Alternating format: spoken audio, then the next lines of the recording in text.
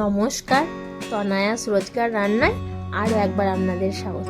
আজকে আবার একটা স্বাস্থ্যকর রেসিপি নিয়ে চলে এসেছি। দুদিন বৃষ্টি হচ্ছিল, একটু ঠান্ডা ঠান্ডা ছিল, আবার সেই কাঠফাটা রোদ্দুর, আবার সেই প্রচণ্ড গরম। তার মানে আবার সেই তেল মশলা খাওয়া কমাতে হবে। আজকে একটা তেল মশলা কম দিয়ে মাগুর মাছের ঝোলের রেসিপি নিয়ে চলে এসেছি। চলুন তাহলে শুরু করি। কড়াই বসিয়ে দিলাম। এবার শুকনো কড়াইয়ে সামান্য কিছু গোটা ধনে ভেজে নেব। খুব লাল লাল করে ভাজবো না, হালকা করে ভেজে নেব। ভাজা হয়ে গেছে, নামিয়ে নিলাম। আবার কড়াই চাপিয়ে দিলাম। এবার কড়াইয়ে সর্ষের তেল দিলাম।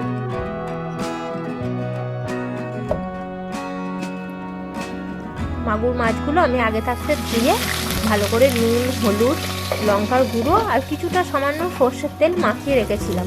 সর্ষের তেল আর লঙ্কার গুঁড়ো মাখিয়ে রাখলে এই মাছ তো খুব ফোটে, তাহলে ফোটে কম। দেখুন মাছগুলো দিয়ে দিয়েছি, ভাজা করে নেবো। তাও চাপা দিয়ে দিয়ে ভাজবেন, এই মাছ খুব ফোটে। এবার লঙ্কার গুঁড়োটা আর একটু যদি সর্ষের তেল মাখিয়ে নেওয়া হয় ফোটে কম, কিন্তু ফোটে। চাপা দিয়ে দিয়ে ভাজাই ভালো। মাছ ভাজা হয়ে গেছে, তুলে নিলাম। ফোড়নে কালো জিরা দিয়ে দিলাম।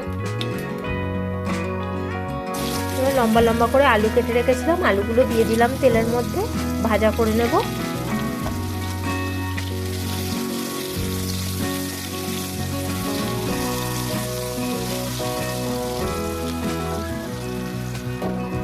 একটু চাপা দিয়ে দিয়ে ভাজবো, তাহলে তাড়াতাড়ি ভাজা হয়ে যাবে। দিয়ে দিলাম টমেটো কুচি। আলুগুলো সামান্য লাল লাল করে ভেজে নেওয়া হয়েছে।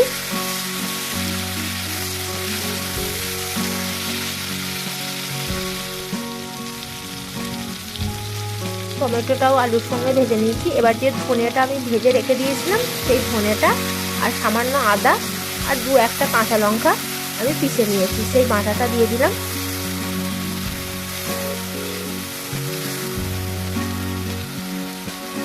এবার মশলাটা খুব ভালো করে আলুর সঙ্গে কষে নেব। আর সামান্য হলুদ গুঁড়ো দিয়ে দিলাম,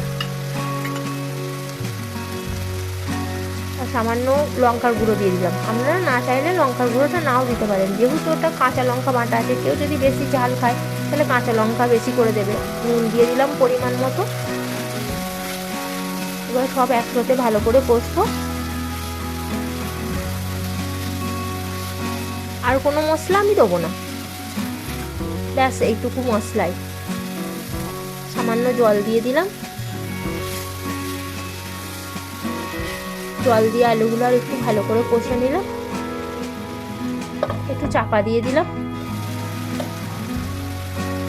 দেখুন জলটা অনেকটাই শুকিয়ে গেছে।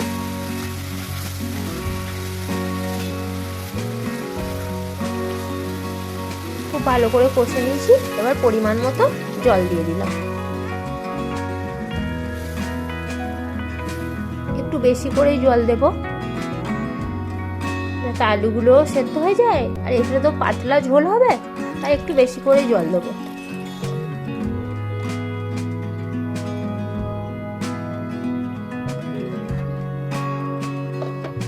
এবার একটা চাপা দিয়ে দিলাম।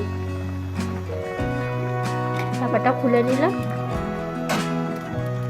জলটা অনেকটা শুকিয়ে এসছে, আর আলুও সেদ্ধ হয়ে গেছে ভালো মতো।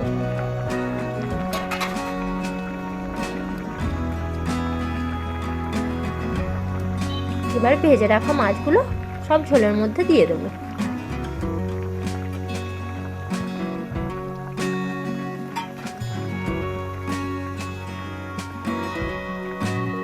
মাছগুলো দিয়ে ভালো করে নেড়ে নিলাম।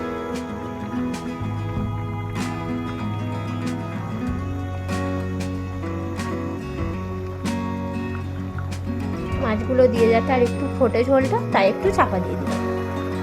চাপাটা খুলে নিলাম। খুব ভালো করে ফুটে গেছে ঝোলটা।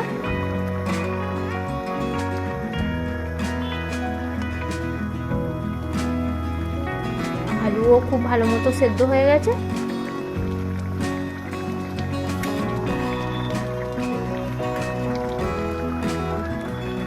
খুব ভালো করে ফুটিয়ে নিলাম। আমার আজকের স্বাস্থ্যকর মাছের ঝোল রেডি। খুব পাতলা মাছের ঝোল, খুব একটা মশলাও দেওয়া নেই। রেসিপিটা যদি ভালো লাগে কমেন্টে জানাবেন, লাইক শেয়ার সাবস্ক্রাইব করে দেবেন। এছাড়াও ফেসবুকে ফলো করতে পারেন, ডেসক্রিপশন বক্সে লিঙ্কটা দেওয়া রইল। আজকের জন্য এইটুকু, আবার পরে একটা রেসিপি নিয়ে আসবো।